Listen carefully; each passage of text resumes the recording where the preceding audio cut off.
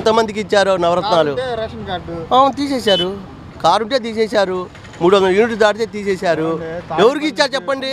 మీకు 100కి 30% కూడా రాలేదండి పథకాలు. 30% కూడా రాలా. మీకు చిన్న కారు ఉంది, ఎంత అయింది? కారు ఎంత అయింది? మారుతి 800 ఎంత అయింది? అయితే 40,000 50,000 అయితే మారుతి 800. అది కనుక అది వాళ్ళ పేరు మీద ఉంటే నువ్వు రేషన్ కార్డు తీసేశాడు, అమ్మఒడి పోయింది, ఆసరా పోయింది, దీవెన పోయింది. ఏ పథకం ఉంది చెప్పండి? ఏ పథకం లేదు. మళ్ళీ 300 యూనిట్లు, ఎవరికి 300 యూనిట్లు దాటలేదండి? అందరికీ. పైగా మీరు ప్రచారంలో మీరు ఏం చెప్పారు? ఇంట్లో ఉండే అమ్మాయికి అబ్బాయికి పిల్లలిద్దరికి నేను చదివిస్తా అన్నాడు. ఎవరు చదివిచ్చాడు? ఇద్దరిలో ఒకరికే ఇచ్చింది పథకం. మరి ఏం చెప్పారు ముందు?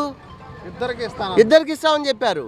ఇద్దరికి ఆడిచ్చారు ఒకరికి. ఇది పోయిందా ఈ పథకం? మరి ఆ లెక్కన రైతు భరోసా పోయిందా? నీకు ఇన్కమ్ ట్యాక్స్ కడితే రైతు భరోసా లేదు. ఇన్కమ్ ట్యాక్స్ కడితే రైతు భరోసా లేదు. మాకు లేదు. ఇన్కమ్ ట్యాక్స్ కడితే రైతు భరోసా లేదు, ఫీజు రియంబర్స్మెంట్ లేదు, రేషన్ కార్డు లేదు. ఇంకెవరికి ఇచ్చారు?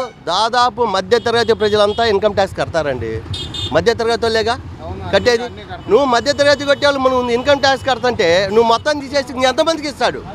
30% మందికేనండి ఇచ్చేది. కరెక్ట్గా చూసుకుంటే అంతకుముందు ఎంతమందికి అయితే వచ్చిందో వాటిలో నీకు వచ్చేది 30% మందికే ఈ పథకాలు వస్తున్నాయి.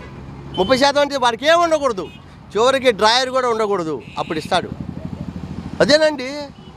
మరి ఎవరు ఏ లెక్కన ఇస్తున్నారు? ఏ పథకం ఇస్తారు చెప్పండి? ఇంకేం పథకాలు ఉన్నాయి చెప్పండి? మద్య నిషేధం అయిపోయింది, రైతు భరోసా అయిపోయింది, తర్వాత అమ్మఒడి అయిపోయింది. అమ్మఒడి తల్లుల అకౌంట్లో వేసేది ఏంటండి? వాళ్ళ ఇళ్లలో వాళ్ళు భర్తలు కొట్టి తీసేసుకుంటారు. డబ్బులు ఎప్పుడైతే పడతాయో ఆ రోజు కాసుకొని కూర్చుంటున్నాడు ఇంట్లో. ఆ డబ్బులు వస్తే 4 బాధ తీసుకోవడానికి రెడీగా ఉన్నాడు. మరి ఇంకా అవి ఉపయోగపడతాయి?